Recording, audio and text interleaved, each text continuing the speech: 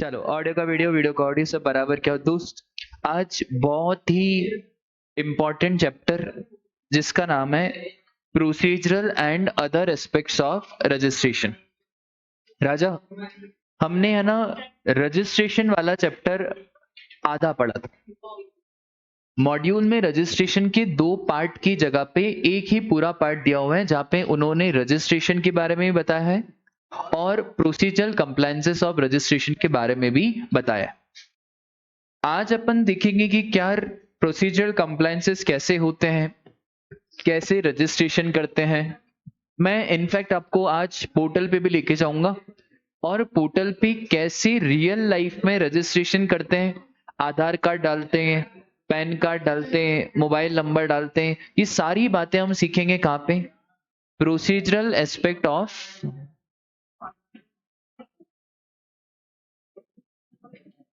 Registration. आधी बातें अब ऐसी होगी जो आपको लगेगा सर ये तो हमने ऑलरेडी पढ़ी हुई है। आप ऐसा समझना हमने वो बहुत बार पढ़ा हुआ है, बस उसको हम एक बार रिवाइज करेंगे। फॉर एग्जाम्पल, एक बात मैंने आपको ऑलरेडी बताई है कि रजिस्ट्रेशन के अगर हमने 30 दिन के अंदर अंदर अप्लाई कर दिया, जैसे 15 जून को थ्रेशोल्ड क्रॉस हुआ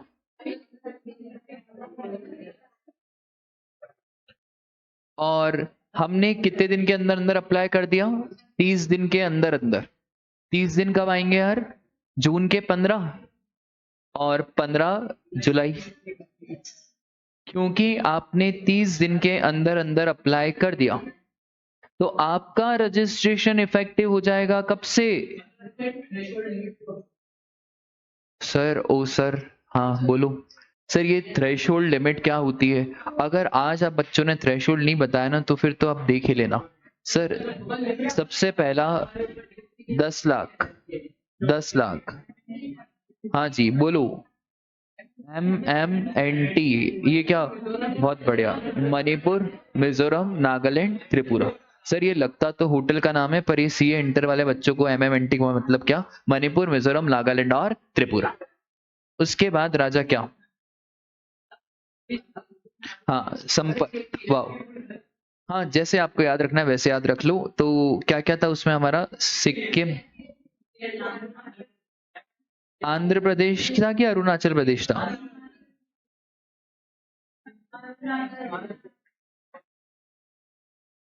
सिक्किम, अरुणाचल प्रदेश,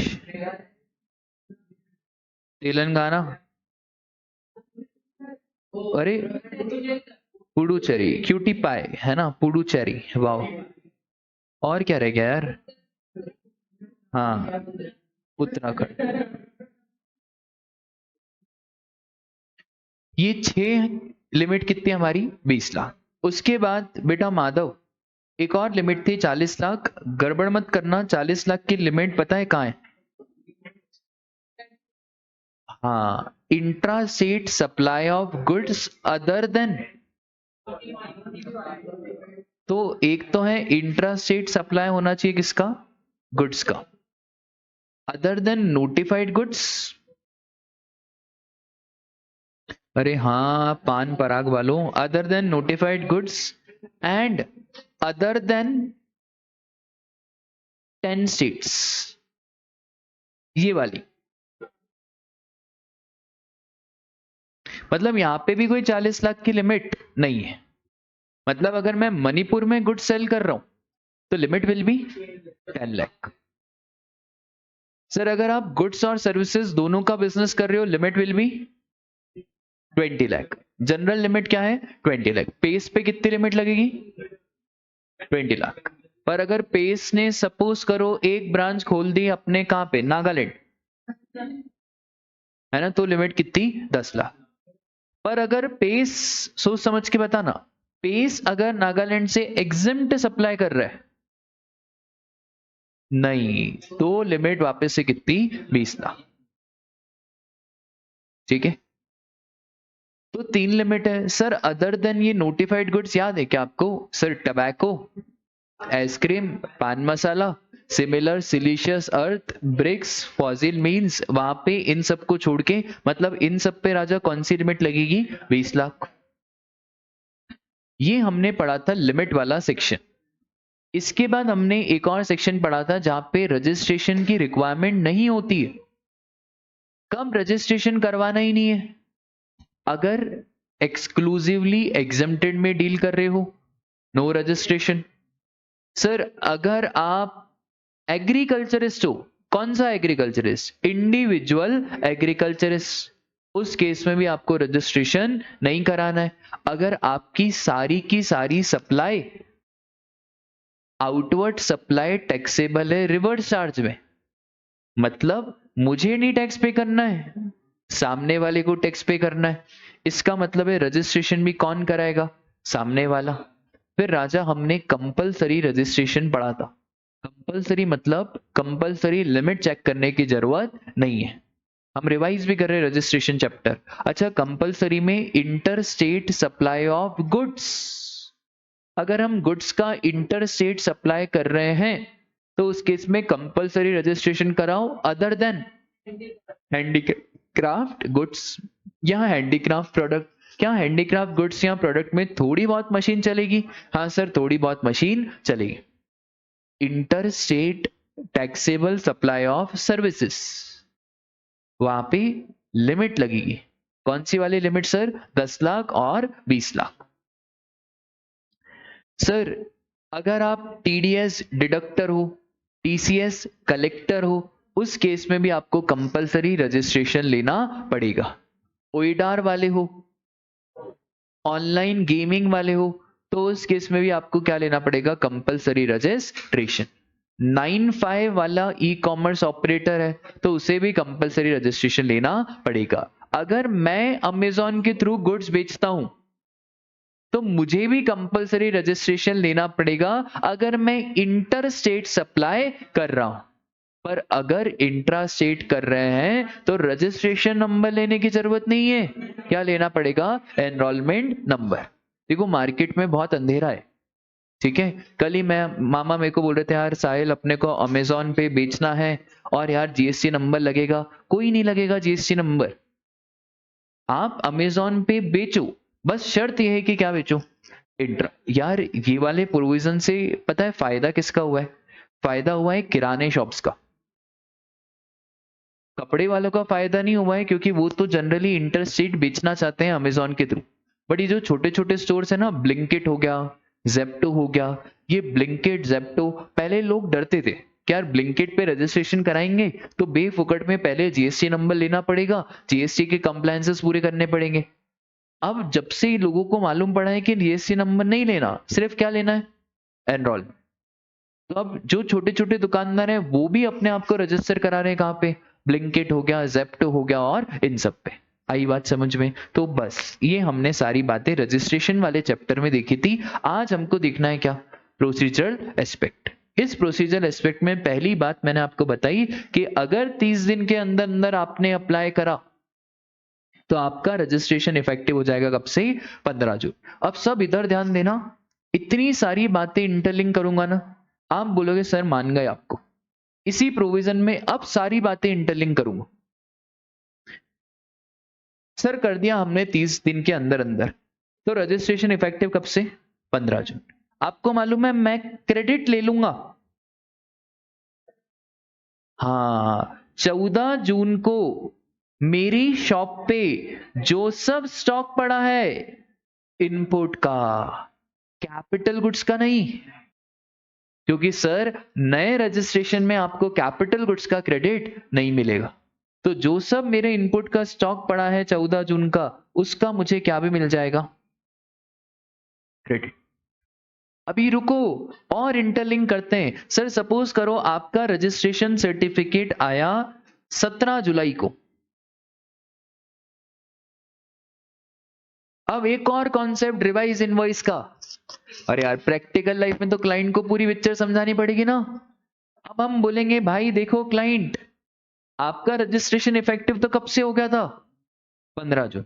पर रजिस्ट्रेशन सर्टिफिकेट कब आया? 17 जुलाई। तो 15 जून से लेकर 17 जुलाई तक आपने जो भी इनवॉइस बनाए उस इनवॉइस को क्या करूं? कब तक? 17 जुलाई से लेकर 1 महीने के अंदर अंदर, और 17 जुलाई से 1 महीने के अंदर अंदर मतलब कितना?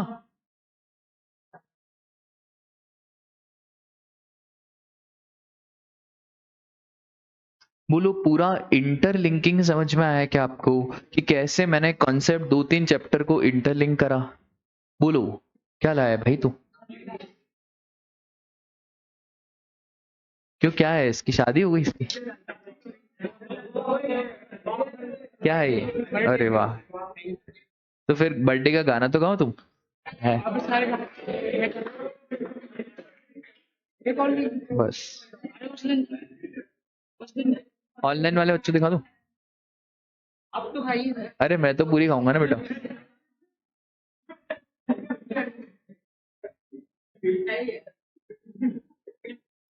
अरे बेटा, अभी क्लास के बीच में तो मिठाई का, अभी अभी इंपॉर्टेंट कॉन्सेप्ट चल रहा है, बाद में, अभी बाद में, अभी बाद में, बाद में, अभी बाद में, 2 मिनट बाद, बस 2 मिनट बाद, चलो सुनो ध्यान से, इधर इधर सुनो ध्यान से। कितने दिन के अंदर अंदर अप्लाई करना है? 30 दिन के अंदर अंदर अप्लाई करना है। अगर 30 दिन के अंदर अंदर अप्लाई कर दिया तो रजिस्ट्रेशन इफेक्टिव हो जाएगा कब से? 15 जून से, क्योंकि 15 जून से रजिस्ट्रेशन इफेक्टिव हो गया। अब सर दिक्कत इस बात की आ गई, आरसी तो लेट आई। आरसी कब आई है? 17 जुलाई। तो 15 जून से 17 जुलाई तक के आप इनवॉइसेस को क्या करोगे? रिवाइज। कब तक? 17 अगस्त। और 15 जून से ठीक एक दिन पहले 14 जून को जो भी स्टॉक है उसका क्या ले लोगे? क्रेडिट। आराम से ये देख लो, किसी को थोड़ा सा भी डाउट हो तो पूछो, क्योंकि मैंने 3-4 चैप्टर को इंटरलिंक करा।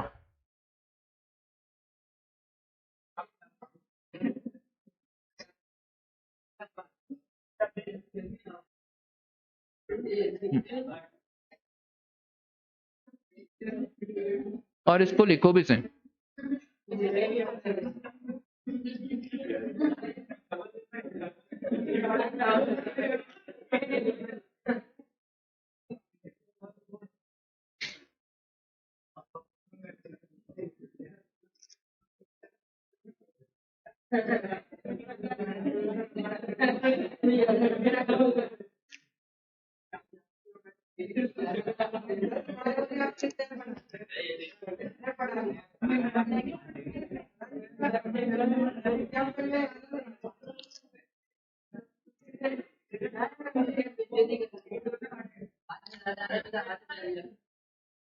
आशुतोष कुमार को मिठाई घर पे पहुंचाई जाए, अभिषेक, है ना?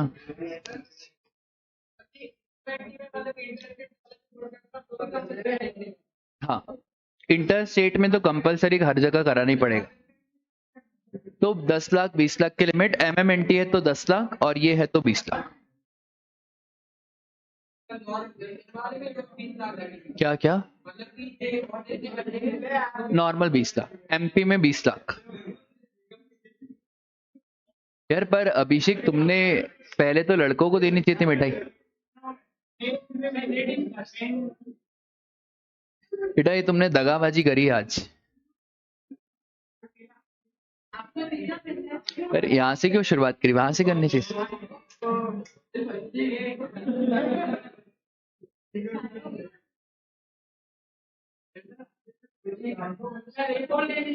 हाँ रख दे, डब्बा रख दे। हाँ बस।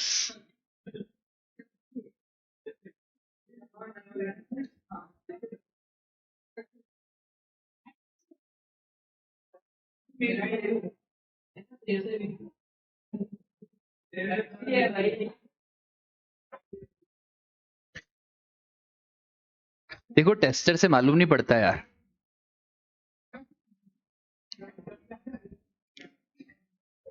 मैं तो सही तो बोल रहा हूँ यार, वो मॉल्स में बोलते टेस्टर है, उससे देखो समझ में नहीं आता है, पूरा पैकेट खाते तो समझ में आता है।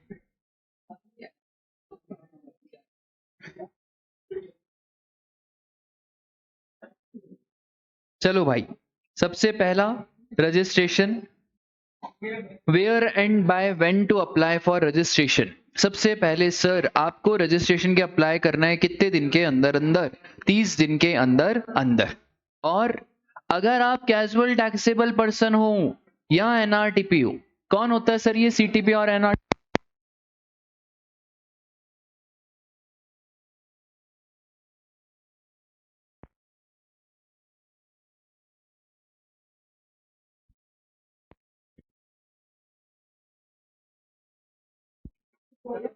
Hello hello hello hello, online वाले बच्चों आवाज तो आ रही है ना?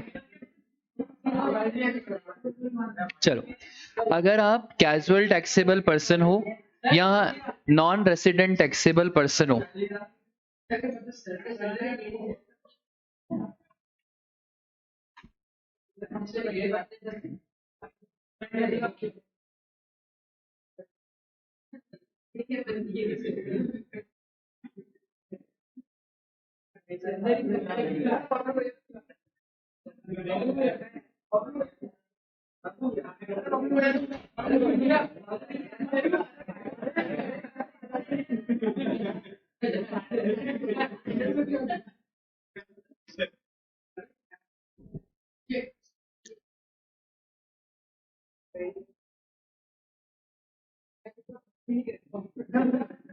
चलो अब इधर 1 घंटा चुपचाप बैठो तो यार, कोर्स में अपन पीछे चल रहे हैं। अगर आप कैजुअल टैक्सेबल पर्सन और नॉन रेसिडेंट टैक्सेबल पर्सन हो, उस केस में आपको 5 days prior to commencement of business registration लेना पड़ता है।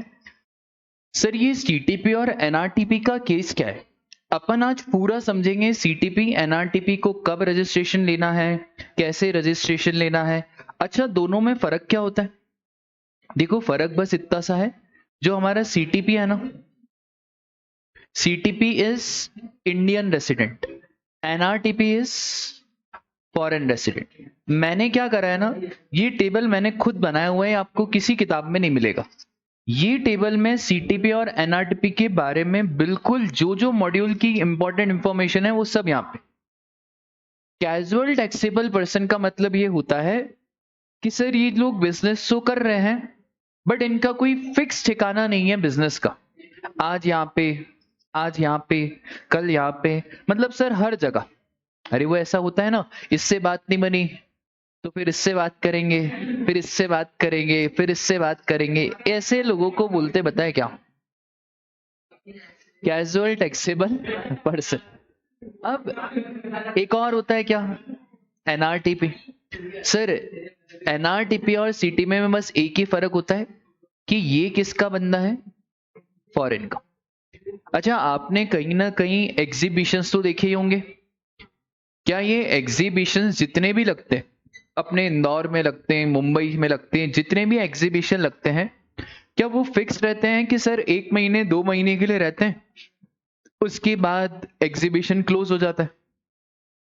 ऐसे ही होता है, जैसे ठंड आती है तो फिर अपने आप पे जैकेट्स के एग्जीबिशन लगते हैं, अभी गर्मी आई है तो गर्मी में और आएंगे हमारे क्या एग्जीबिशंस, ऐसे हर सीजन के हिसाब से एग्जीबिशन लगते रहते हैं। अब ये इनका कोई फिक्स बिजनेस नहीं है। पटाखे की दुकान क्या है, वो सीटीपी। ये क्या करते हैं, अभी देखो सभा को देखो, सभा क्या करती है, पटाखे की, पटाखे का सीजन आता है तो पटाखे की दुकान, होली का सीजन आता है होली की दुकान, राखी का सीजन आता है राखी की दुकान, फ्रेंडशिप बेल्ट का सीजन आ रहा है फ्रेंडशिप बेल्ट की दुकान। बेटा तुम हो कौन, कैजुअल टैक्सेबल पर्सन, जिसका कोई भी क्या नहीं है, फिक्स बिजनेस का ठिकाना नहीं है। अब सुनो ध्यान से, एक बात बताओ, एनआरटीपी तो फॉरेन वाला है, रजिस्ट्रेशन के लिए important document is pan card और आधार कार्ड। एनआरटीपी पैन कार्ड कहां से लाएगा? हाँ भले तुमने मजाक में बोला पर सही बोला, एनआरटीपी में पैन कार्ड नहीं आएगा। एनआरटीपी में पैन कार्ड तो है ही नहीं, तो एनआरटीपी के लिए क्या लगेगा? पर सीटीपी तो इंडिया का ही है ना, तो सीटीपी के लिए क्या लगेगा? एक और चीज, सीटीपी नॉर्मल बंदा है उसके लिए कोई स्पेसिफिक बातें नहीं है, इसलिए सीटीपी का रजिस्ट्रेशन भी कौन सा होगा, जीएसटीआर 1 और 3B। क्या सीटीपी को क्रेडिट मिलेगा? सर इसको सब आईटीसी का क्रेडिट मिलेगा, पर याद करो आईटीसी वाला चैप्टर, मैंने आपको कहा था कि जो एनआरटीपी है ना, उसको सिर्फ एक चीज का ही आईटीसी मिलेगा, वो है इंपोर्टेड गुड्स। मतलब सर्विसेज का भी आईटीसी एनआरटीपी को नहीं मिलेगा। सर ऐसा क्यों? क्योंकि हम नहीं चाहते कि एनआरटीपी बिजनेस करे, फॉरेन का है। अब हम नहीं चाहते कि फॉरेन का बंदा हमारे इंडिया में आके बिजनेस करे, इसलिए हमको इसके गुड्स को महंगा करना है।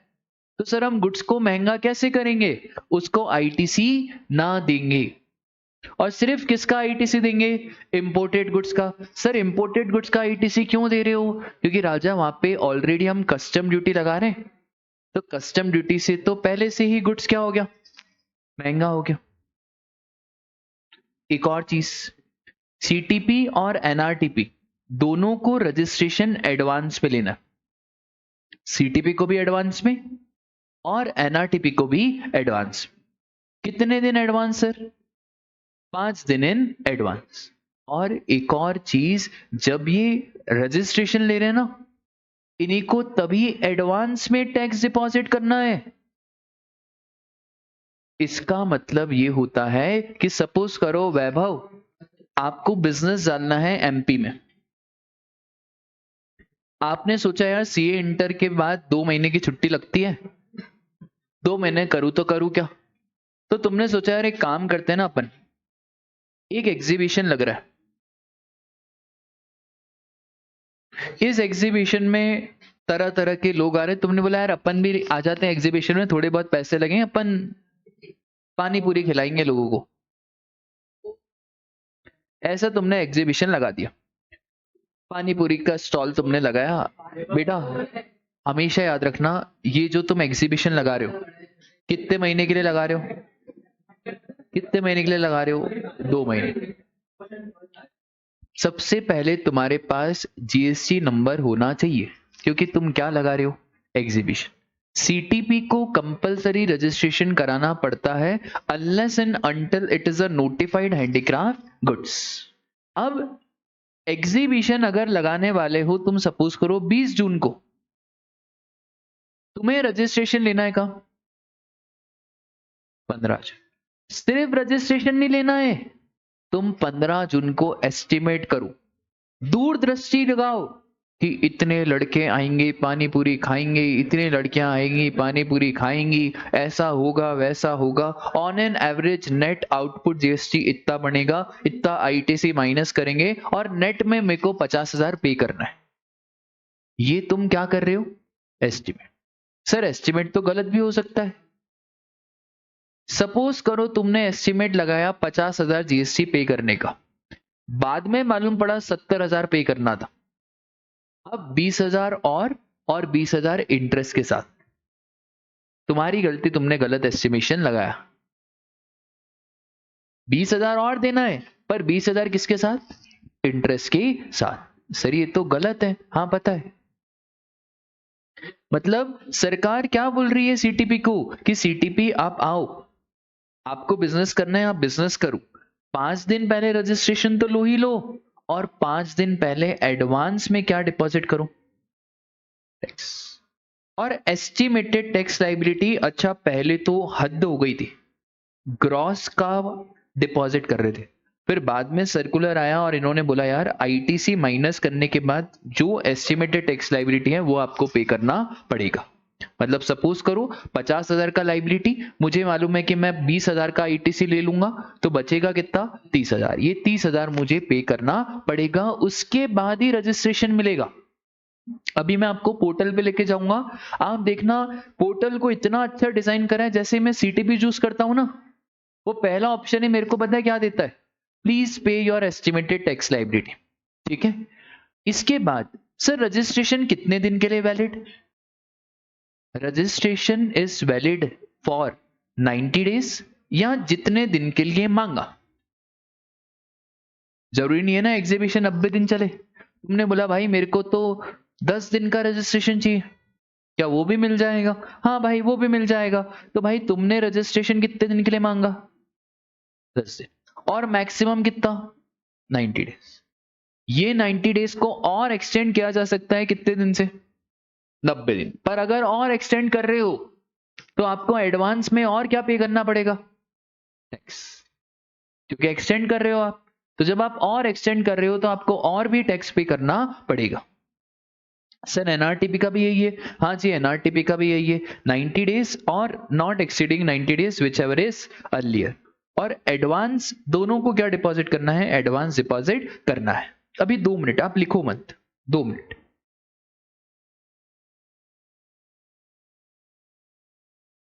अभिषेक का तो बर्थडे ना आज। चलो ठीक है, क्या है बर्थडे तो बर्थडे। अभिषेक क्या हुआ ना बेटा, तुम आज 15 जून है, तुमने सोचा यार मार्केट में छपरी स्टोर तो है ही नहीं, तो तुमने सोचा कि यार अपन भी है ना, इंदौर में शानदार एग्जीबिशन लग रहा है रेडिसन में। वाह। तुमने सोचा यार रेडिसन में सब बड़े बड़े लोग आएंगे, अपन भी कुछ ऐसा आइटम बेचते हैं बढ़िया। तो सर ये एग्जीबिशन कब है? 30 जून से एग्जीबिशन लग रहा है।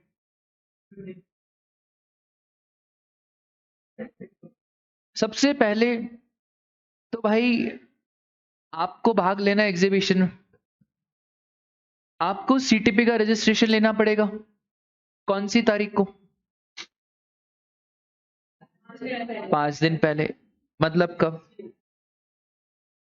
अब अभिषेक तुमने सोचा कि यार अपन है ना शर्ट्स बेचेंगे, ऐसी छपरी स्टाइल के अपन शर्ट भेजेंगे, या तो अरे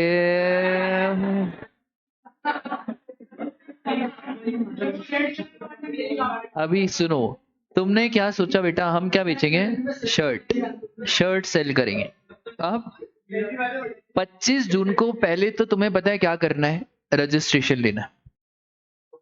एक और चीज, तुम्हें 25 जून को ही एडवांस में देखना है कि आखिरकार कितनी मेरी लाइबिलिटी आएगी। सपोज करो 60,000, 20,000 का आईटीसी, बचा कितना? 40,000। ये जो 40,000 है, ये 40,000 आपको कब डिपॉजिट करना है?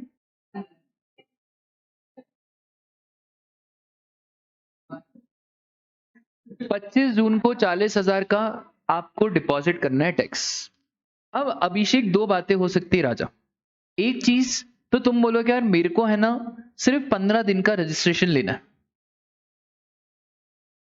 क्योंकि तुम जितने पीरियड का रजिस्ट्रेशन लोगे रेडिसन को भी उतना रेंट देना पड़ेगा।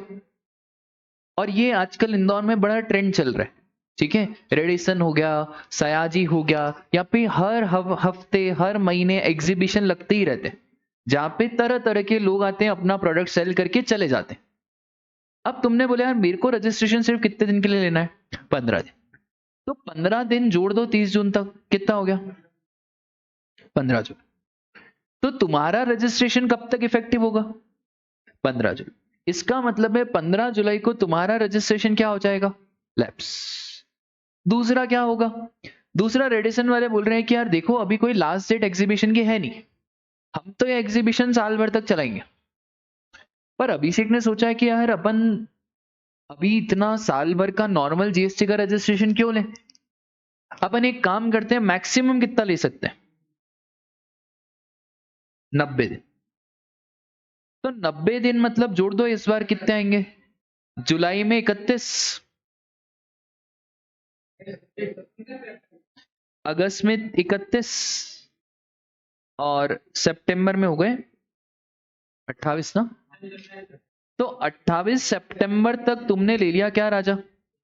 रजिस्ट्रेशन। अच्छा, बिजनेस भयंकर चल रहा है, मतलब लोगों की लाइन लगी हुई है यार, छपरी शर्ट छपरी से खरीदें, छपरी शर्ट छपरी से खरीदें, ऐसे करके लोगों की क्या लगी हुई है भाई? लाइन। अब भाई अभी सुनो, 26-27 सितंबर को अभिषेक को लगा यार अपना रजिस्ट्रेशन तो खत्म हो जाएगा, फिर प्रॉपर ऑफिसर आएगा, और ये प्रॉपर ऑफिसर जानबूझ करके ऐसी जगह पे जाते हैं और बोलेंगे चेक करवाओ भाई आपका जीएसटी नंबर। अब अभिषेक तुम्हारे पास ऑप्शन है, क्योंकि तुम्हें मालूम है कि 28 सितंबर को क्या खत्म होने वाला है? रजिस्ट्रेशन। रजिस्ट्रेशन तो है ना, तुम एक काम करो, प्रॉपर ऑफिसर से रिक्वेस्ट करो, और रिक्वेस्ट करने के बाद बोलो कि देखो मेरे और 90 दिन बढ़ा दो। प्रॉपर ऑफिसर बोल रहे हैं पापा का राज नहीं है, बढ़ाएंगे तो सही, पर पहले वापस से क्या करो, हाँ, एस्टिमेटेड टैक्स लाइबिलिटी पे करो। हम मना नहीं कर रहे हैं आपको बढ़ाने का, बढ़ा रहे हैं हम।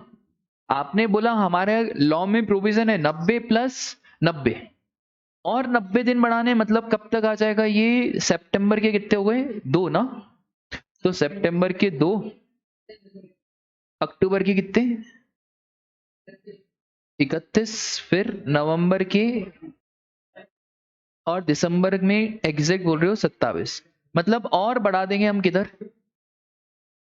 बट इसके पहले तुम्हें वापस से क्या करना पड़ेगा अभिषेक, हिसाब लगाना पड़ेगा कि आउटपुट लाइबिलिटी आगे के 90 दिन में कितनी और आईटीसी कितना। सपोज करो हिसाब लगा के आ गया कितना, 20,000। सर डाउट, 25 दिसंबर को तो हाहाकार मच गई जब इसने टोपियां बेचना शुरू करी। जब इसने क्रिसमस की टोपियां बेचना शुरू करी ना, हाहाकार मच गई। इसकी दुकान पे ऐसा लाइन लग गई, दूसरों की दुकानें खाली हो गई बट इसकी दुकान पे लाइन लग गई। इसने सोचा भाई बिजनेस तो तगड़ा चल रहा है। इसने बोला यार और आगे का रजिस्ट्रेशन चाहिए। इसने प्रॉपर ऑफिसर को फोन घुमाया, बोले यार और 90 दिन। प्रॉपर ऑफिसर बोल रहा है सर आपको दिया ना 90 दिन का, प्लस और कितना 90, अब आप नॉर्मल रजिस्ट्रेशन कराओ। क्या कराओ आप, नॉर्मल। इसका मतलब है अगर अभिषेक 180 दिन के बाद भी रजिस्ट्रेशन लेना है तो भाई फिर ये सीटीपी वाला प्रोविजन नहीं, फिर कौन सा रजिस्ट्रेशन यार, नॉर्मल रेगुलर रजिस्ट्रेशन कराना पड़ेगा। ठीक है, बोलो आपको सीटीपी एनआरटीपी क्लियर है क्या।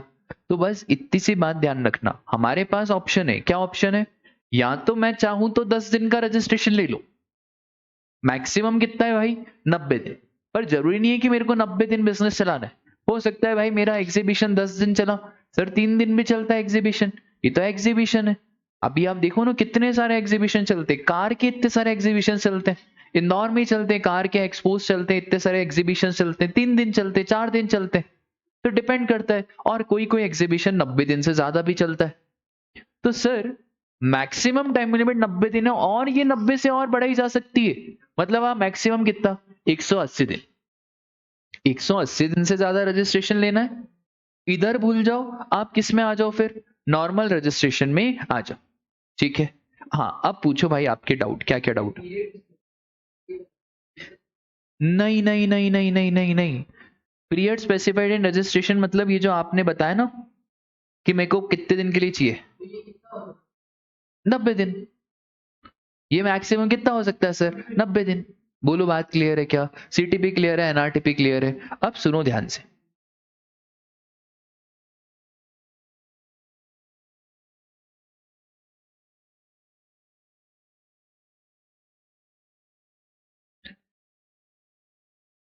बिल्कुल सब इधर ध्यान देना, बिकॉज अगर आपने इस चैप्टर में ये प्रोसीजर सीख लिया ना रजिस्ट्रेशन का, आपको राजा जीएसटी में कोई से भी कॉन्सेप्ट में प्रॉब्लम नहीं आएगी।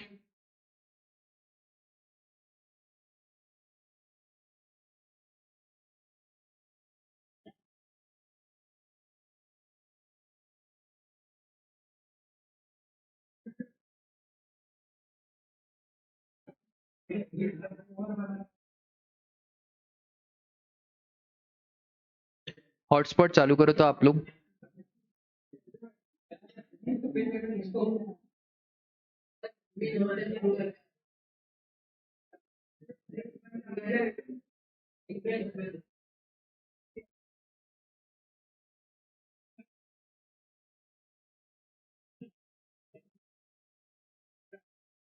अभी बिल्कुल ध्यान से देखना, मैं आपको सिखा रहा हूं कैसे रजिस्ट्रेशन करते हैं। सर हम भी कर सकते हैं क्या, हाँ आप भी कर सकते हो, सब जने रजिस्ट्रेशन कर सकते, कोई बड़ी बात नहीं। ठीक है, सर्विसेज में गया, रजिस्ट्रेशन में गया, और रजिस्ट्रेशन में किधर क्लिक कर दिया, न्यू रजिस्ट्रेशन पे क्लिक कर दिया। अब न्यू रजिस्ट्रेशन में मेरे पास एक फॉर्म खुल जाएगा। ठीक है, इस फॉर्म को टेक्निकल भाषा में बोलते हैं GST REG 1, GST registration number 1। इसमें ये बोलता है न्यू रजिस्ट्रेशन, हाँ सर हम न्यू रजिस्ट्रेशन। अब ये हमको ऑप्शन देता है, टैक्स पेयर हो, टैक्स डिडक्टर हो, ई कॉमर्स हो, जीएसटी प्रैक्टिशनर हो, एनआरटीपी हो, यूनाइटेड नेशन बॉडी हो, कंसोलेट और एम्बेसी हो, अदर नोटिफाइड पर्सन हो, या तो आप non resident online service provider OIDAR and और non resident online money gaming supplier, किस कैटेगरी में आप फॉल करते हो? मैंने बोला मैं नॉर्मल टैक्स पेयर की कैटेगरी में फॉल करता हूं। इसने पूछा मेरे से क्या? स्टेट। अब देखो, आप देखो दमन and Dadar and Nagar Haveli and Daman and Diu दोनों कैसे लिखे हुए हैं? एक साथ, बिल्कुल अमेंडेड रहता है ये, रोज साइट अमेंड होती है, रोज नया सर्कुलर आएगा, साइट पहले अमेंड होगी। कोई भी अमेंडमेंट रहते हैं तो बेटा इंस्टीट्यूट के अमेंडमेंट बाद में आते हैं, हमें नोट्स पहले बनाने होते। और सबसे ऑथेंटिकेट सोर्स क्या है? जीएसटी का साइट। तो आ जाओ भाई, हम कहां पे रहने वाले हैं? मध्य प्रदेश, ठीक है। इसके बाद इसने पूछा डिस्ट्रिक्ट, तो डिस्ट्रिक्ट में डाल दो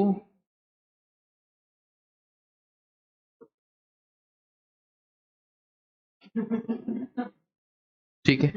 अब legal name of business, business का नाम तो कुछ भी डाल सकते, क्या दिक्कत है ना?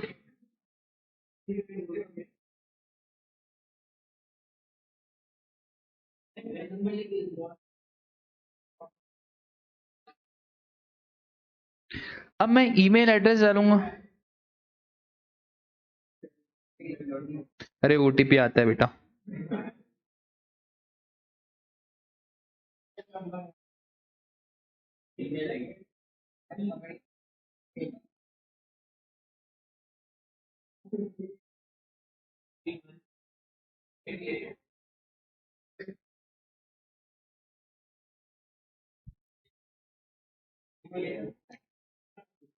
अब देखो ध्यान से, ये जानबूझ करके मैंने आपके लिए करा है। क्या बोला इसने? Pan and legal name is not matching. पता है क्यों? हाँ, मेरा नाम छपरी नहीं है। अगर मैं मेरा नाम डालूंगा तो ये लेगा, मेरे पैन कार्ड में जो मेरा नाम है मुझे वही लिखना पड़ेगा। अभी मैंने क्या करा? लीगल नेम को चेंज करा, तो उसने एक्सेप्ट करा क्या? नहीं। अब एरर क्या दिया कि सीबीडीटी के डाटाबेस से मैच नहीं हो रहा। सीबीडीटी मतलब central board of direct tax. Sir सही स्टार्ट कर दो ना यार, बहुत मजे मस्ती हो गई। छपरी स्टोर डालो, हटाओ इसको। अब देखो, अच्छा आपको एक मजे की बात बताऊं, ये जो पैन का 5th लेटर होता है ना, ये सरनेम का फर्स्ट होता है ना? सबके सबके पैन का 5th लेटर इज सरनेम का फर्स्ट। और अगर कंपनी है तो वहां पे सी रहता है, फर्म है तो वहां पे क्या रहता है? एफ।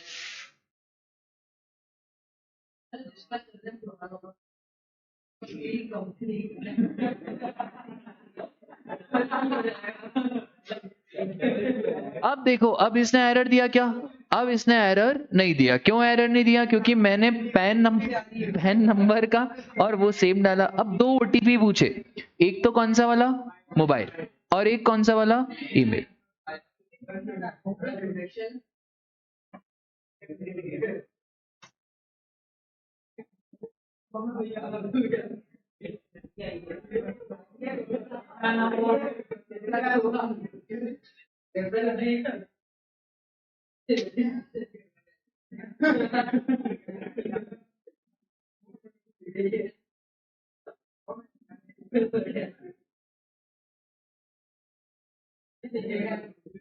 ठीक है। अब जैसे ही प्रोसीड करा, आप पढ़ो यहाँ पे क्या लिखा है। हाँ, you have successfully submitted part A of registration process. इसका मतलब कितने पार्ट होंगे? 2। Your temporary reference number is, ये मेरा टीआरएन नंबर है, इसको प्यार से क्या बोलते हैं हम? TRN number. ये कितने दिन के लिए वैलिड है? 15। और क्या इन्होंने सही गिना है? सर 15 जून से 15 और गिन दो तो कितना हो गया? मतलब मैं पार्ट ए को अभी खाली छोड़ दूंगा ना तो भी चलेगा, मुझे 30 जून तक पार्ट बी भरना पड़ेगा। अगर 30 जून तक पार्ट बी नहीं भरा तो ऑटोमेटिकली मेरी रजिस्ट्रेशन की एप्लीकेशन कैंसिल हो जाएगी। सर प्रोसीड करो। अब जब मैंने प्रोसीड करा तो वैभव मेरे को न्यू रजिस्ट्रेशन पे क्लिक नहीं करना है, अब मुझे किस पे क्लिक करना है? आया समझ में कि दो कॉलम क्यों दिए, न्यू रजिस्ट्रेशन और टीआरएन। अब सर आपने टीआरएन शायद कॉपी कर ही लिया था, इसको कर दो आप क्या, पेस्ट।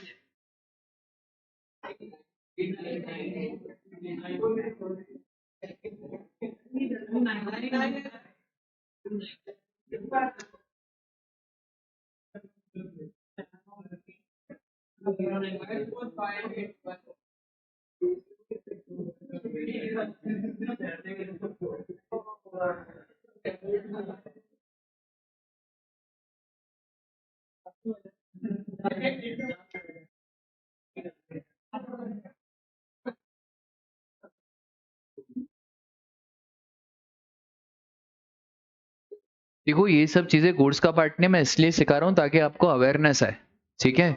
मैं इसलिए सिखा रहा हूँ ताकि आपको समझ में आए कैसे क्या रजिस्ट्रेशन करते हैं, ठीक है। अभी सुनो ध्यान से, अब आप सारा चैप्टर सीख जाओगे बस इस प्रोसीजर से, बस कुछ भी नहीं है, हो गया जीएसटी का रजिस्ट्रेशन। आधा घंटा लगता है जीएसटी रजिस्ट्रेशन करने में, ठीक है। पढ़ने में डिफिकल्ट है, करने में बड़ा आसान होता है हर चीज। अब देखो legal name of business, pan number, अब इन्होंने पूछा क्या, ट्रेड नेम।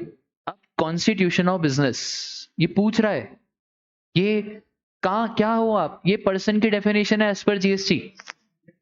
फॉरेन कंपनी हो, एलएलपी हो, government department, HUF, other partnership, तो मैंने डाल दिया यहाँ पे प्रोप्राइटरशिप। अब आप देखो इनका जो कमाल का पोर्टल बनाया ना, मतलब ये पोर्टल इन्फोसिस ने बनाया है, कुछ 1000-1500 करोड़ इसकी कॉस्ट है और भी ज्यादा, और इतना शानदार पोर्टल है ना जीएसटी का, मतलब आप भले गवर्नमेंट को जो भी बोलो, इतना ऑटोमेटिक पोर्टल है। जैसे ही मैंने ये देखो, are you applying for registration as, मैंने जैसे ही यहाँ पे टिक करा, जैसे ही मैंने टिक करा, जैसे ही टिक करा, उसने क्या पूछ लिया, समझे। ऑटोमेटिकली उसको मालूम है कि भाई सीटीपी को कोई 100% रजिस्ट्रेशन नहीं दिया जाता है, उसको एक स्पेसिफिक वैलिडिटी के लिए रजिस्ट्रेशन दिया जाता है। और इसने वापस से देखो क्या बोल दिया, estimated supply and estimated net tax liability. और ये पढ़ लो, आप पढ़ो, देखो ध्यान से क्या लिखा हुआ है।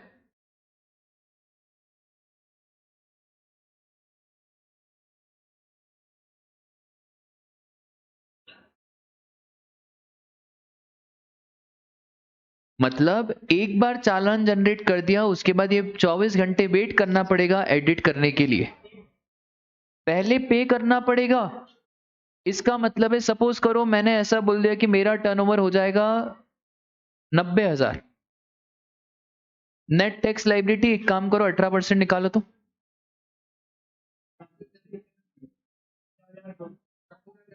अपन एक काम करते हैं ना, थोड़ा कम लेते, कभी कभार ये मजाक मजाक में नोटिस भी भेज देते हैं। हाँ सही, मैं ऐसे मजाक नहीं कर रहा हूँ, इसलिए बोल रहा हूँ। 900 का 18% करो,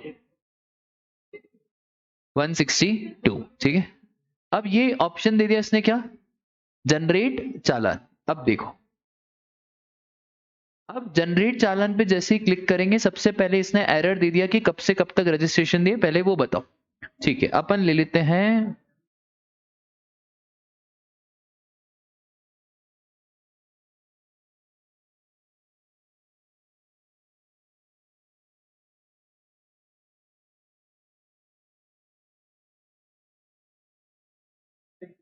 एक बार 20 जून से 90 दिन गिनो कितने हो रहे हैं?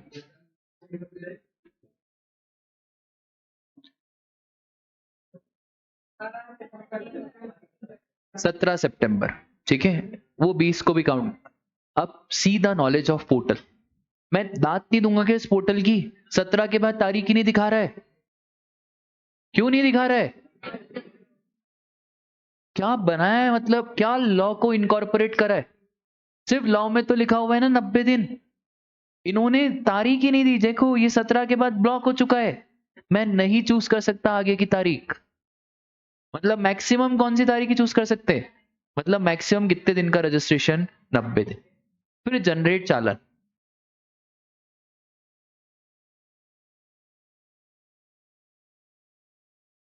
अब एक और चीज सुनो, ये सारी डिटेल डालनी पड़ेगी फिर चालान जनरेट होगा। अब एक और ऑप्शन है हमारे पास, क्या? Option for composition. जैसे ही मैं कंपोजिशन क्लिक कर रहा हूं ना, इसने मुझे पहले ही बता दिया कि सर अगर आप कंपोजिशन क्लिक कर रहे हो तो ये में तो कंपोजिशन अलाउड ही नहीं है। नोटिफाइड गुड्स हो गया, फिर आपके मैन्युफैक्चर हो गए, ये में कंपोजिशन अलाउड नहीं है। और फिर आपको टिक करना पड़ेगा कि भाई मैं कंपोजिशन स्कीम ले रहा हूं। ठीक है सर, अपन तो ना तो कंपोजिशन ले रहे हैं और ना ही अपन क्या ले रहे हैं, सीटीपी। अब ये पूछ रहा है आखिरकार रजिस्ट्रेशन ले क्यों रहे हो? बहुत सारे रीजन होते हैं रजिस्ट्रेशन लेने के। क्या क्या होते हैं आपको बस एक ही पता है, क्रॉसिंग द थ्रेशोल्ड। भाई इंटरस्टेट सप्लाई करा, पढ़ते जाओ। थर्ड वाले को अपनी भाषा में क्या बोलते हैं? आरसीए। कोई बच्चों जैसा लॉ है, बच्चों जैसा, एक बार प्रैक्टिकल करा कुछ है ही नहीं। इसका मतलब है अगर मुझे आरसीएम में पे करना है तो लिमिट भी नहीं देखनी है, कंपलसरी क्या लेना है, रजिस्ट्रेशन। फोर्थ देखो क्या, भाई बिजनेस ट्रांसफर होगा तो सामने वाले को रजिस्ट्रेशन लेना पड़ेगा। डेथ हो गई, डी मर्जर हो गया, कॉन्स्टिट्यूशन, ई कॉमर्स ऑपरेटर हो या ई कॉमर्स ऑपरेटर के थ्रू बेच रहे हो, अमेजॉन को भी लेना पड़ेगा। और मैं अगर अमेजॉन के थ्रू बेच रहा हूं तो मुझे भी लेना पड़ेगा। इसके बाद वॉलेंटरी बेसिस। वॉलेंटरी का मतलब ये होता है कि सर बर्थडे तो अभिषेक का था पर इसके दोस्त ने बोला यार मेरा बर्थडे तो मैं मना ही नहीं पाऊंगा, तो बेटा तू मना ले, कैसा? वॉलेंटरी। अगर वॉलेंटरी जीएसटी नंबर लिया है तो आपके ऊपर जीएसटी के कायदे कानून एप्लीकेबल हो जाएंगे नो मैटर व्हाट। मतलब आपके ऊपर लिमिट तो नहीं थी बट फिर भी आपने जीएसटी नंबर लिया। उसके बाद ये कोई बताएगा supply on behalf of other taxable person, किसकी बात कर रहा है? कौन सा एजेंट? सच्चा एजेंट। फिर एसईजेड यूनिट, एसईजेड डेवलपर, और फिर ये corporate debtor under going the IRP process, ये सब फाइनल में आएगा। ठीक है, आया समझ में? आप एक काम करो, क्रॉसिंग द थ्रेशोल्ड। अब जैसे ही मैंने बोला क्रॉसिंग द थ्रेशोल्ड, इसने पता है मेरे से क्या पूछा? बिजनेस कब शुरू करा और date on which liability to register arises. क्योंकि मुझे कितने दिन के अंदर अंदर अप्लाई करना रहता है? 30 दिन के अंदर अंदर अप्लाई करना पड़ता है। मैं सीटीपी की बात नहीं कर रहा। आया आपको समझ में कि कैसा क्या पोर्टल है? और फिर मुझे यहाँ पे मेरे एग्जिस्टिंग रजिस्ट्रेशंस की डिटेल देनी पड़ेगी। एग्जिस्टिंग रजिस्ट्रेशन मतलब गुमास्ता, नगर निगम, और ये जो दूसरे लॉ के रजिस्ट्रेशन है उनकी डिटेल। जीएसटी रजिस्ट्रेशन तो मैं पहली बार ले रहा हूँ, पर जीएसटी रजिस्ट्रेशन लेने के लिए आपके पास दूसरे रजिस्ट्रेशन भी होने चाहिए। फॉर एग्जाम्पल गुमास्ता हो गया, फॉर एग्जाम्पल नगर निगम हो गया। आया समझ में?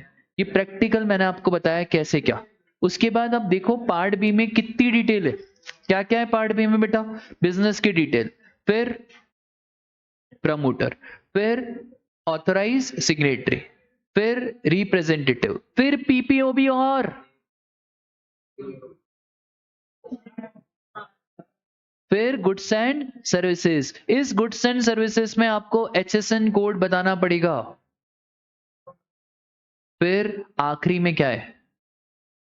नया लाइए, क्या? आधार ऑथेंटिकेशन। अब इन्होंने बोल दिया है कि भाई आधार ऑथेंटिकेशन के बाद तो हम आपको बिजनेस ही करने नहीं देंगे। ठीक है,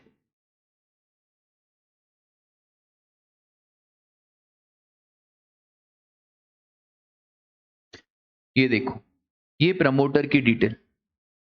ये सारी डिटेल डालने के बाद आपके पास आधार ऑथेंटिकेशन करने के बाद 7 दिन के अंदर अंदर आपको क्या मिल जाएगा? जीएसटी का रजिस्ट्रेशन मिल जाएगा। ठीक है, तो हर चीज कहाँ स्पेसिफाइड है राजा? जीएसटी पोर्टल में स्पेसिफाइड है। अब एक बात बताओ, आपने पोर्टल पे कितने पार्ट देखे? एक पार्ट या 2 पार्ट? किसने बोला एक? 2 पार्ट हमने देखे। अच्छा, 2 पार्ट में सबसे पहले आपने क्या भरा? Part number 1। सर ये क्या सीए इंटर में ऐसा क्वेश्चन आता है क्या, जीएसटी का रजिस्ट्रेशन प्रोसेस बताओ? नहीं, बीकॉम में आता है। बीकॉम में ये क्वेश्चन आया था, एक दिन पहले मैंने पढ़ाया था बच्ची को, तो बच्चे बोले सर मैं 7 पेज लिख के आया हूं। मतलब बेटा बोले सर सब जो आपने पोर्टल पे दिखाया था, जो आपने पूरा का पूरा, ठीक है। तो इंटर लेवल पे ऐसा क्वेश्चन प्रोसीजर नहीं आता है, बट आपको पता तो रहना चाहिए। तो सबसे पहले राजा क्या, पार्ट नंबर ए भरो। जैसे ही, अब आपको पूरा प्रोसेस याद है, याद नहीं करना है। अरे आपको लॉ में कैसे याद करना पड़ता है ना, प्रोसीजरल कंप्लायंसेस, अभी याद नहीं करना है क्योंकि प्रैक्टिकल कर लिया ना। अब जैसे ही भरोगे आपके पास क्या आएगा, अच्छा सर ओटीपी आने से पहले आपका पेन क्या होगा, वैलिडेट। मैंने जानबूझ करके उसका नाम लिखा था। मैंने क्यों लिखा था छपरी स्टोर, मैंने इसलिए लिखा था क्योंकि मैं आपको दिखाना चाह रहा था कि सिर्फ नाम लिखने से कुछ नहीं होता। पोर्टल पेन को क्या करता है, वैलिडेट करता है, देखता है कि central board of direct taxes में इस पेन के ऊपर ये वाला नाम लिखा है तो मैच करेगा, अगर ये वाला नाम नहीं लिखा है तो मैच नहीं करेगा, ठीक है। उसके बाद आएगा TRN number. TRN is temporary reference number, और ये टीआरएन नंबर कितने दिन के लिए वैलिड रहता है, मोबाइल नंबर पे भी मैसेज आता है और ईमेल पे भी मैसेज आता है। तो मेरे को अभी जीएसटी के 2 मैसेज आए, एक तो ईमेल पे आया है और एक किस पे आया सर, आपको मोबाइल नंबर पे। सर आप तो झूठ भी बोल सकते हो।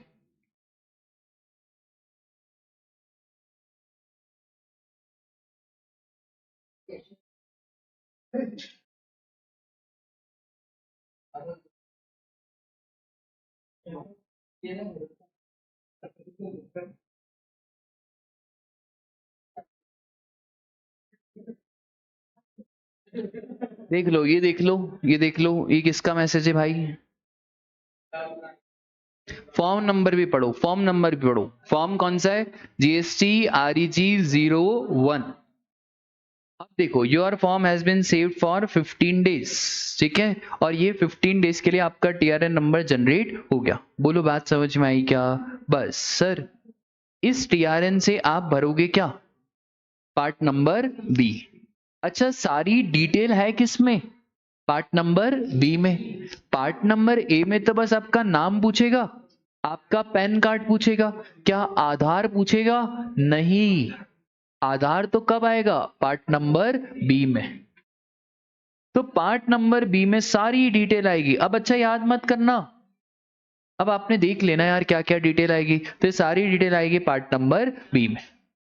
सर अगर सीटीपी है ना, सीटीपी, तो सीटीपी और एनआरटीपी वालों को टीआरएन कब मिलेगा, जब ये एडवांस डिपॉजिट करेंगे टैक्स का। कितने दिन पहले, 5 दिन पहले। तो सीटीपी एनआरटीपी के लिए नियम थोड़े टफ है। इनको कहा गया कि भाई आपको तो हम दे देंगे, आपको टीआरएन तब दिया जाएगा जब आप एडवांस डिपॉजिट कर दोगे किसका, टैक्स का, ठीक है। और फिर एप्लीकेशन प्रॉपर ऑफिसर को फॉरवर्ड हो जाएगी। जैसे ही अभी क्या मेरी एप्लीकेशन प्रॉपर ऑफिसर को फॉरवर्ड होगी, नहीं, क्योंकि मैंने अभी तक पार्ट भी भरा ही नहीं। जब मैं पूरा पार्ट भी भर दूंगा, सारी डिटेल डालूंगा, मुश्किल से 1 घंटा लगता है, ठीक है। पूरा क्लाइंट से मंगवाना पड़ता है, गुमास्ता, नगर निगम, इलेक्ट्रिसिटी का बिल, उसके शॉप का फोटो, उसके दूसरे रजिस्ट्रेशंस, कौन ऑथराइज सिग्नेटरी बनेगा, कौन से गुड्स में आप डील करते हो, उसका HSN कोड क्या है, उसका आधार नंबर, ये सारी, उसके बैंक अकाउंट की डिटेल, ये सब डिटेल लगती है, आधा 1 घंटा लगता है। और जैसे ही पार्ट भी अपलोड हो गया, जीएसटी ना मिलेगा, अभी डिटेल चली गई किसके पास। अब प्रॉपर ऑफिसर क्या करेगा, चेक करेगा, क्या करेगा सर, चेक। अगर प्रॉपर ऑफिसर को लग रहा है सब कुछ बरोबर है, सब बढ़िया है, कोई दिक्कत की बात नहीं है, और अगर आपने आधार ऑथेंटिकेशन भी करा दिया है, वेरी इंपॉर्टेंट, ये नया है, क्या नया है, आधार ऑथेंटिकेशन। पहले ऐसा कुछ नहीं होता था, अब लॉ बहुत स्ट्रिक्ट हो गया है। लॉ बोल रहा है कि भाई देखो, पैन कार्ड तो फिर भी फर्जी बनाए होंगे, बट आधार कैसे फर्जी बनाओगे। तो आधार पे ओटीपी का भी बड़ा इशू रहता है, क्योंकि हमारे टाइम पे आधार जब बने हुए तो पुराने पुराने मोबाइल नंबर दिए हुए हैं। अगर आधार ऑथेंटिकेशन हो जाता है तो आपको रजिस्ट्रेशन मिल जाएगा, बधाई हो। कितने दिन के अंदर अंदर? 7 वर्किंग डेज के अंदर अंदर। अच्छा, 7 वर्किंग डेज पार्ट ए से गिने जाएंगे या जब पार्ट बी भरा तब? सर पार्ट बी भरा तब, क्योंकि तभी तो प्रॉपर ऑफिसर के पास पहुंचेगा। ठीक है सर, एक बात बताओ, सारे डॉक्यूमेंट बरोबर थे बट एड्रेस प्रूफ में गड़बड़ थी, तो क्या रजिस्ट्रेशन मिलेगा कि सर नोटिस आएगा? नोटिस आएगा। जैसे ही डॉक्यूमेंट बरोबर नहीं होते हैं, घबराने की जरूरत नहीं है। जो डॉक्यूमेंट में प्रॉब्लम है आपको क्या आ जाएगा? नोटिस। अब सर प्रॉपर ऑफिसर आपसे क्लैरिफिकेशन मांगेगा, इंफॉर्मेशन मांगेगा या और डॉक्यूमेंट्स मांगेगा? कितने दिनों के अंदर अंदर आपको देना है? तो ये सारे डॉक्यूमेंट्स अब आपको देना पड़ेगा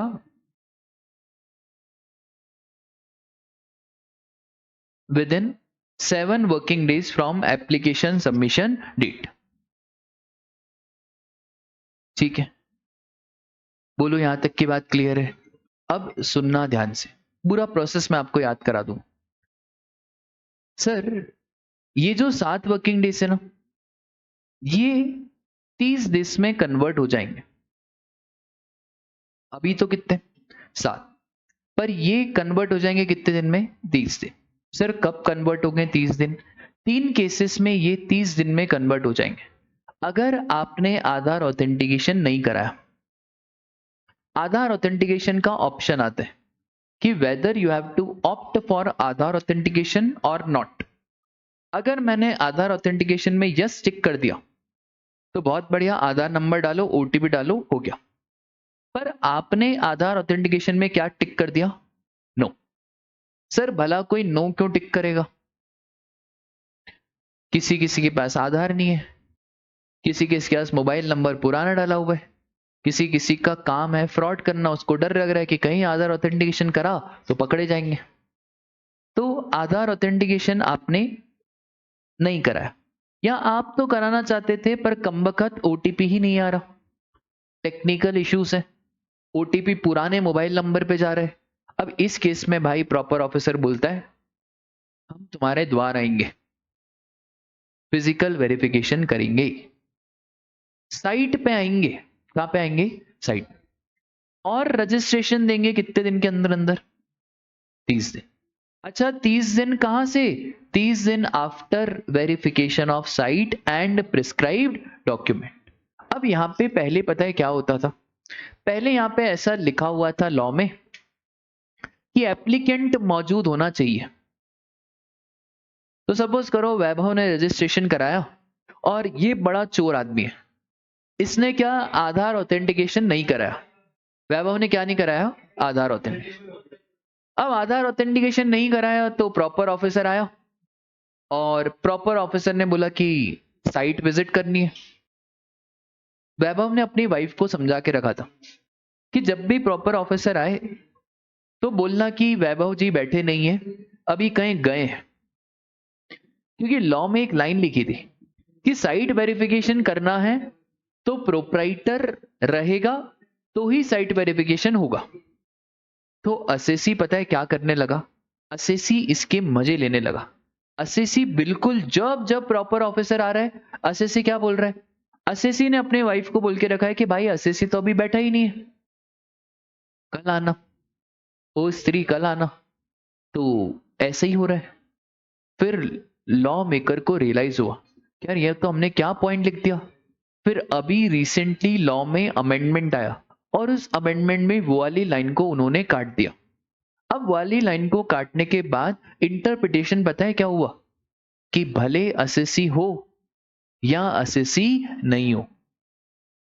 कि बहुत बार क्या रहता है, छोटू बैठा रहता है, अब छोटू बोलता है मालिक साहब नहीं है, प्रॉपर ऑफिसर बोल रहा है साइट विजिट करनी है, अरे छोटू बोल रहा है मालिक साहब नहीं है, अरे साहब तो पीछे वाली शॉप पे, क्योंकि साहब ने तो देख लिया था पहले से ही कि प्रॉपर ऑफिसर आ रहे हैं, तो चलो और छोटू को बोल देना कि साहब तो है ही नहीं, साहब तो गए बाहर खरीदारी करने, वो तो टूर पे हैं, तो एक काम करना 3 दिन बाद आना। फिर प्रॉपर ऑफिसर 3 दिन बाद है, अरे साहब आओ चाय पियो, आज भी साहब नहीं है। फिर आज चलो 3 दिन, अब यही काम बचाएगा। तो पहले ऐसे हो रहा था, फिर लॉ में ये वाली लाइन को काट दिया। इसका मतलब है अब प्रॉपर ऑफिसर जब चाहे तब आ सकता है, कभी भी साइट वेरीफाई कर सकता है। क्या असेसी की रिक्वायरमेंट है? नहीं। दूसरी चीज, प्रॉपर ऑफिसर को लग रहा है कि दाल में कुछ काला है। आधार ऑथेंटिकेशन तो हो गया, बट प्रॉपर ऑफिसर को ऐसा लग रहा है कि नहीं भाई, क्या जरूरी है? साइट वेरिफिकेशन जरूरी। ठीक है भाई, वो तो प्रॉपर ऑफिसर है, इतनी आसानी से रजिस्ट्रेशन देंगे भी नहीं। और अगर आजकल जमाना है सर एआई का, जीएसटी में भी ऐसे सिस्टम लग चुके हैं। और अगर डेटा एनालिसिस और रिस्क पैरामीटर, ये क्या है डेटा एनालिसिस और रिस्क पैरामीटर? बेटा क्या होता है ना, जैसे ही वैभव का पैन कार्ड डाला ना, प्रॉपर ऑफिसर के पास इंटीमेशन चली गई, ये वैभव तो इनकम टैक्स का चोर आदमी है, इसका तो एक्साइज में भी कुछ ना कुछ लफड़ा था, वैट में भी लफड़ा था, अभी ये जीएसटी ले रहा है, और इसके डॉक्यूमेंट प्रॉपर हो ही नहीं सकते। इसका मतलब है डेटा को एनालाइज करा प्रॉपर ऑफिसर ने नहीं करा एनालाइज। किसने एनालाइज करा? जीएसटी सिस्टम ने। तो data analysis and risk parameter के बेस पे ऐसा लग रहा है साइट वेरिफिकेशन करना पड़ेगा। और जब साइट वेरिफिकेशन होगा, कितने दिन का समय? वर्किंग डेज नहीं, नॉर्मल कितने दिन? 30 डेज। 30 दिन कहां से? 30 दिन जब से आपने साइट वेरीफाई करा। तो अब सुनो ध्यान से, अगर नॉर्मल केस है, सारे डॉक्यूमेंट बरोबर है, एक डॉक्यूमेंट में कोई गड़बड़ नहीं है, तो प्रॉपर ऑफिसर कितने दिन के अंदर रजिस्ट्रेशन सर्टिफिकेट दे देगा? 7 दिन, 7 वर्किंग डेज। पर सर क्या है ना, अगर आपने आधार ऑथेंटिकेशन नहीं कराया या करवाया बट ओटीपी या कोई टेक्निकल इश्यू की वजह से आधार ऑथेंटिकेट नहीं हो पाया, सेकंड, प्रॉपर ऑफिसर को लग रहा है कि क्या कराना है? साइट वेरी, वो तो प्रॉपर ऑफिसर है। और थर्ड, सिस्टम ने ऐसा इंडिकेशन दिया है as per data analysis and risk parameter, ये पॉइंट भी अभी आया है, पहले नहीं था ये भी कब आया है सर? अभी आया है।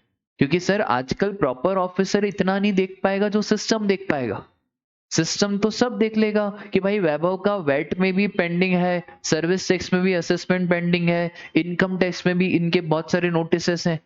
तो भाई एक बात बताओ, भले तुमने आधार ऑथेंटिकेशन करा लिया, पर मन नहीं मानेगा ना।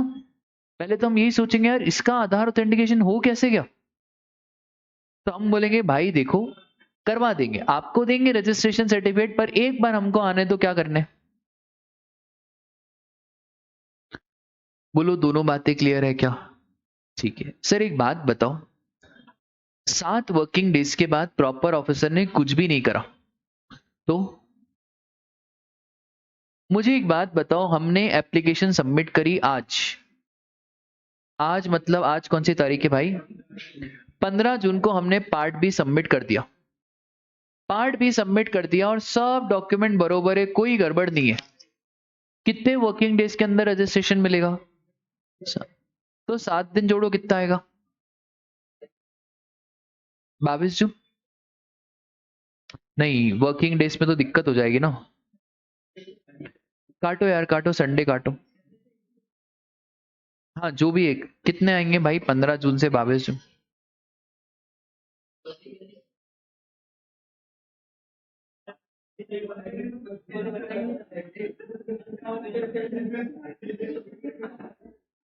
बेटा एक बार वापस गिनना तो लॉजिकली।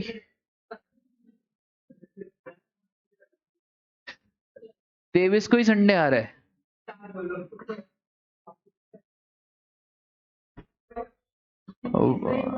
हाँ बेटा अभी सुनो ध्यान से, 24 जून तक प्रॉपर ऑफिसर ने कुछ भी नहीं कहा, तो भाई अब क्या और टाइम दे?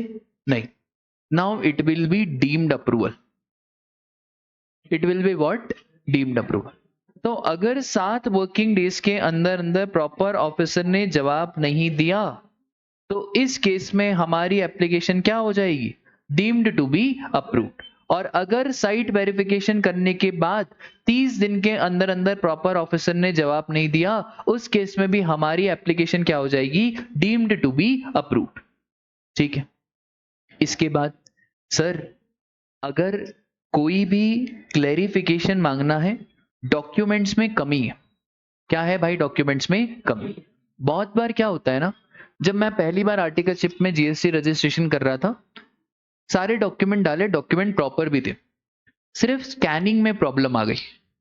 जब हम डॉक्यूमेंट स्कैन करते तो यार अब स्कैन करते तो वो ढंग से इतना स्कैन होता नहीं है। तो उस केस में मेरे पास प्रॉपर ऑफिसर का नोटिस आया। उस नोटिस में बस इतना सही था कि सर आपका जो ये वाला डॉक्यूमेंट है ना, ये अच्छे से स्कैन नहीं है, तभी हम आपको रजिस्ट्रेशन नहीं दे सकते। और पहले पता है क्या होता था, अगर आपने सारे डॉक्यूमेंट प्रॉपर भी डाले ना, ये रजिस्ट्रेशन देते ही नहीं थे। इनको थोड़े बहुत क्या लगते थे, थोड़े बहुत इनको चाहिए ही रहते थे। बाद में ऐसा गवर्नमेंट को रियलाइज हुआ कि भाई ये तो बड़ी चीटिंग चल रही है, अब ऐसा नहीं होता। पहले शुरू शुरू में जब जीएसटी आया था तो ऐसा ही चल रहा था कि सारे डॉक्यूमेंट प्रॉपर हैं, फिर भी प्रॉपर ऑफिसर रजिस्ट्रेशन नहीं दे रहा। बट अब ऐसा नहीं होता है, डॉक्यूमेंट प्रॉपर है, 7 वर्किंग डेज के अंदर क्या मिल जाएगा, रजिस्ट्रेशन। अब आ जाओ सर, या तो वो क्लैरिफिकेशन इंफॉर्मेशन या और डॉक्यूमेंट्स आपसे मांगेगा। अब कितने दिन के अंदर अंदर आपको क्लैरिफिकेशन देना है। अगर आपका स्कैन कॉपी में गड़बड़ थी और आपने वापस से स्कैन कर दिया और प्रॉपर ऑफिसर खुश हो गया, वाह वाह वाह गलती हो गई, रेक्टिफाई कर दी ना, अरे मतलब अटेम्प्ट लग गया, फिर वापस से अपन ने पढ़ के पास हो गए, तो भाई वो गलती गलती नहीं है। इस अटेम्प्ट में पास नहीं हुए तो क्या हुआ, अगले अटेम्प्ट में हो जाएंगे। वैसा ही है यहाँ पे, अगर आपका डॉक्यूमेंट में प्रॉब्लम है तो डॉक्यूमेंट को सुधार के भेज दो, तो फिर वापस से प्रॉपर ऑफिसर कितने टाइम में रजिस्ट्रेशन दे देगा। बट एक अटेम्प्ट नहीं, दूसरा अटेम्प्ट नहीं, तीसरा अटेम्प्ट नहीं, चौथा अटेम्प्ट नहीं, तो भाई अब आपके पास कोई ऑप्शन नहीं है। फिर प्रॉपर ऑफिसर क्या बोलेगा, सॉरी वापस से रजिस्ट्रेशन सर्टिफिकेट की एप्लीकेशन भरो। इसका मतलब है बार बार मौके नहीं मिलते। अगर आपकी स्कैन्ड कॉपी, सपोज करो आपसे इलेक्ट्रिसिटी का बिल मांगा, अब इलेक्ट्रिसिटी का बिल आपने वापस से अपलोड कर दिया, बहुत बढ़िया। अगर वापस से आपने अपलोड नहीं करा तो आपकी एप्लीकेशन को क्या कर देंगे, रिजेक्ट कर देंगे। और अगर एप्लीकेशन रिजेक्ट कर दी, इसका मतलब है आपको वापस से क्या करना पड़ेगा, पार्ट नंबर 1 भरना पड़ेगा। ठीक है, बोलो बात आपको क्लियर है। अगर क्लियर है ना तो मुझे आप ऐसा पूरा चार्ट बना के बताना, मैं यहाँ पे बस लिखते जा रहा हूं, आप मुझे बताना कि सही क्या गलत क्या। ठीक है, पार्ट 1 क्या जनरेट होगा, टीआरएन, बिना देखे टीआरएन कितने दिन के लिए वैलिड। इसके बाद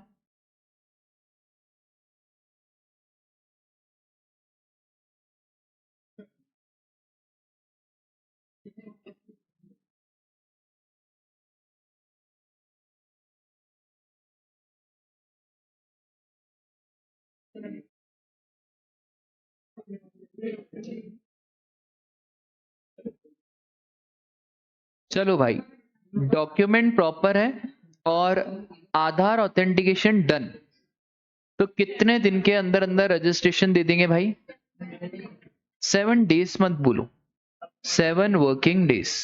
अपनी छुट्टी नहीं होती, प्रॉपर ऑफिसर की तो होती है, सही बात है ना। तो 7 वर्किंग डेज। बट अगर आपके डॉक्यूमेंट प्रॉपर है,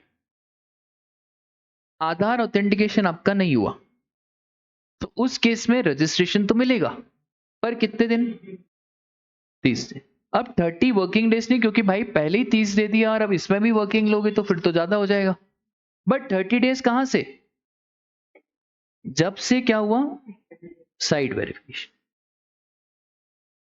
कौन आएगा सर वेरिफिकेशन करने, प्रॉपर भाई, ये बहुत खतरनाक वेरिफिकेशन होता है। पूरी टीम आती है 4-5 जनों की, और ये 4-5 जनों की टीम पूरी एक एक चीज वेरीफाई करेगी, फोटोग्राफ लेगी, स्टॉक के फोटो लेगी, उसके बाद अगर अप्रोप्रिएट लगेगा तो जाके रजिस्ट्रेशन देंगे। ठीक है, वरना ये रजिस्ट्रेशन के एप्लीकेशन को ठीक क्या कर देते हैं, कैंसिल।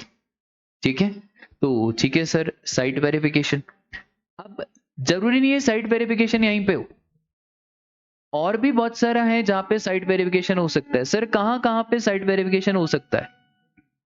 तो एक तो आधार ऑथेंटिकेशन नहीं हुआ, दूसरा किसको लग रहा है?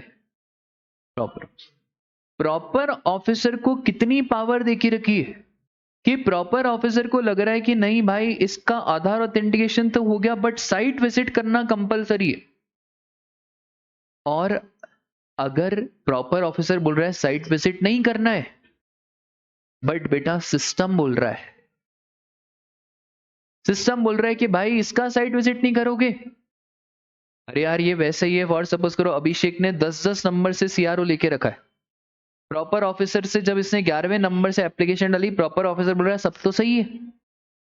सिस्टम बोल रहा है भाई तुम जिसको समझ रहे हो ना इसने कितनी बार सीआरओ ले लिया है, इसके तो घर जाना पड़ेगा मिठाई खाने, क्योंकि भाई तुम भाई अलग ही हो। अच्छा प्रॉपर ऑफिसर की आंखों में धूल झोंक सकते हो अभिषेक, बट सिस्टम की आंखों में धूल नहीं झोंक सकते।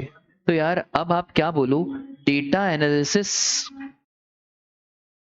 एंड रिस्क पैरामीटर, ठीक है।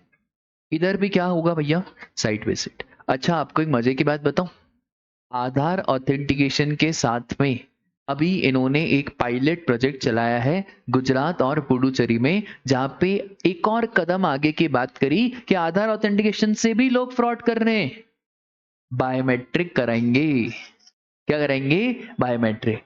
मतलब अभी अगले अटेम्प्ट में अमेंडमेंट आएगा, अभी अभी ये सिर्फ गुजरात और पुडुचेरी में पायलट प्रोजेक्ट है। क्या पायलट प्रोजेक्ट है? कि इनको अब आधार से भी मजा नहीं आ रहा है, आधार में भी प्लस क्या करेंगे?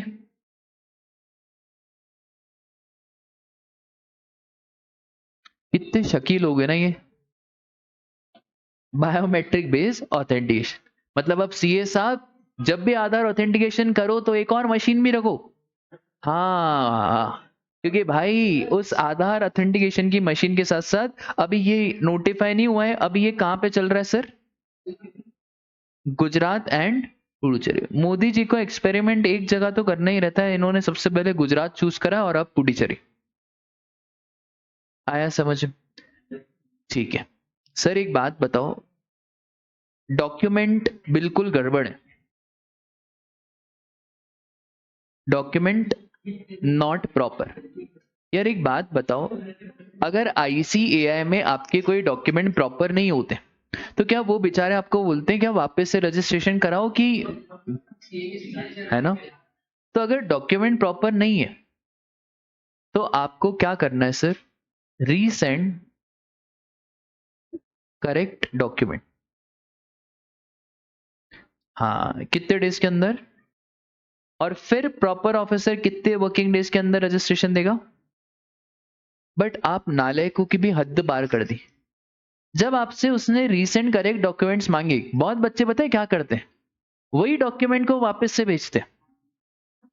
हाँ भी बोल रहा है भाई, आपने 10th का रिजल्ट डाला, 12th का रिजल्ट डाला, अब 12th का रिजल्ट ढंग से स्कैन नहीं हुआ था, अब तुम वापस से स्कैन नहीं करते हो, वहीं से उसको डिलीट करते हो और वापस से उसी को क्या करते हो? देगा बेटा, आईसीआई में हो जाता होगा, यहाँ पे नहीं होता है ना, वो आईसीआई है और ये जीएसटी है।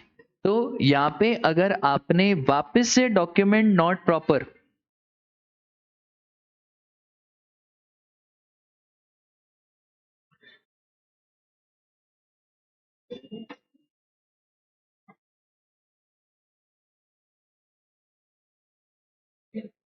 रजिस्ट्रेशन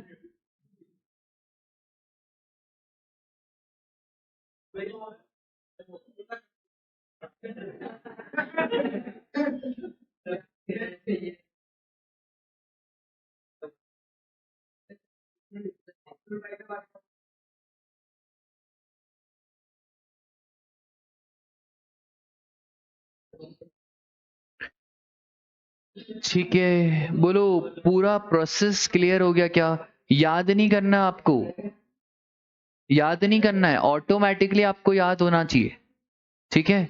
अच्छा अभिषेक एक बात बताओ, प्रॉपर ऑफिसर का शादी थी तो उसने बताया नहीं 7 वर्किंग डेज के अंदर, तो भाई हम भी क्लाइंट है, तो हम भी क्लाइंट है, तो नहीं बताया उसने 7 वर्किंग डेज के अंदर, तो क्या होगा भाई?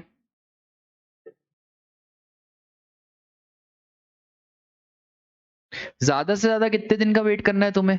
7 नहीं बता रहा है, 7 दिन हो गए, 30 दिन हो गए, तो भाई हम कोई बैठने वाले नहीं है, अब ऑटोमेटिकली क्या हो जाएगा, डीम्ड अप्रूवल।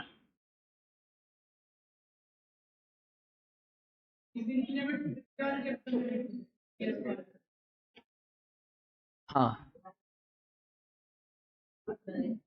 अच्छा, क्लैरिफिकेशंस में क्या क्या चीजें आ सकती है सर? अगर आपने स्टेट का नाम गलत डाला, मोबाइल नंबर, ईमेल एड्रेस, तो ये वाली चीजें क्लैरिफिकेशन नहीं है, ठीक है। क्लैरिफिकेशन मतलब सर जो सारी डिटेल्स आपने एप्लीकेशन में डाली है ना, उसमें अगर कोई प्रॉब्लम हो, स्कैन कॉपी ढंग से डालनी हो, गुमास्ता में प्रॉब्लम है, इलेक्ट्रिसिटी बिल में प्रॉब्लम है, वो सब, ये तो बेसिक चीजें।